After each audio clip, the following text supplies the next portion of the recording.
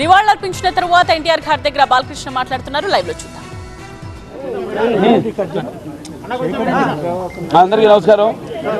ఇవాళ విశ్వఖ్యాత నట సార్వభౌమ నటరత్న పద్మశ్రీ డాక్టర్ నందమూరి తారక రామారావు గారు తెలుగుదేశం పార్టీ వ్యవస్థాపకులు. ఆయన 101వ ఈ జయంతిని పురస్కరించుకొని మరి ఇక్కడ అందరూ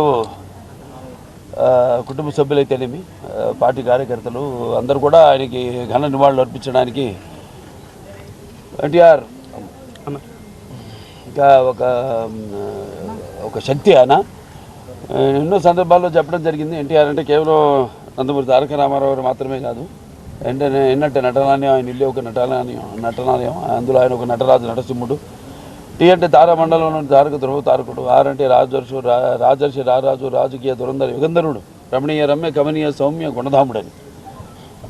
అలాగే ఆయన మొత్తం మొదటి నుంచి కూడా చూస్తే ఆయన ఈ జీవిత ప్రస్థానం ఒక మామూలు రైతు కుటుంబంలో పుట్టి, అలాగే ఎన్ని ముందు అవకాశం వచ్చారు కూడా కాదు అని ముందు చదువుకే ప్రాధాన్యత ఇచ్చి ఆయన చదువు పూర్తి చేసుకున్నాక మరి చలనచిత్ర ప్రవేశంలోకి అడుగుపెట్టడం జరిగింది. అదే ఇక ఆయన చలనచిత్ర రంగంలో ఆయన ప్రస్థానం గురించి వేరే చెప్పనవసరం లేదు. ఎన్టీఆర్ అంటే ఒక నటనకు నిర్వచనం, ఎన్టీఆర్ అంటే ఒక నవరసాలకు ఒక అలంకారం, ఎన్టీఆర్ అంటే నటనకు ఒక విశ్వవిద్యాలయం. తర్వాత ఆయన ఈ రాజకీయ రంగ చలనచిత్ర పరిశ్రమలో మకుటలేని మహారాజుగా ఉన్నప్పుడే ఆయన ఈ చలనచిత్ర పరిశ్రమ నుంచి నిష్క్రమించి ఇటు రాజకీయ రంగ ప్రస్థానం చేయడం జరిగింది. అలాగే ఆయన ఎన్టీఆర్ అంటే ఆ తర్వాత నవశకానికి ఒక ఆరంభ మంత్రం. ఎన్టీఆర్ అంటే ఒక నవజాతికి మార్గదర్శకం. అలాగే ఎన్టీఆర్ అంటే నానా జాతులకు దైవ సమానం. అలాగే ఎంతోమంది ఆనాడు ఒకే పందాలు వెళ్తున్న రాజకీయాలను మార్చి ఎంతోమంది ఎవరైతే అంటే అంతకుముందు ప్రతి తెలుగు మట్టి గడ్డ కూడా నేను తెలుగువాడని సహకారంగా చెప్పుకొని దమ్ము, ధైర్యం, సత్తువ, తెగువ, అలాగే అహంకారానికి తానబెట్టి పదును పెట్టి బయటకు వచ్చి చెప్పించిన ఒక తెలుగు తేజం నందమూరి తారక రామారావు గారు.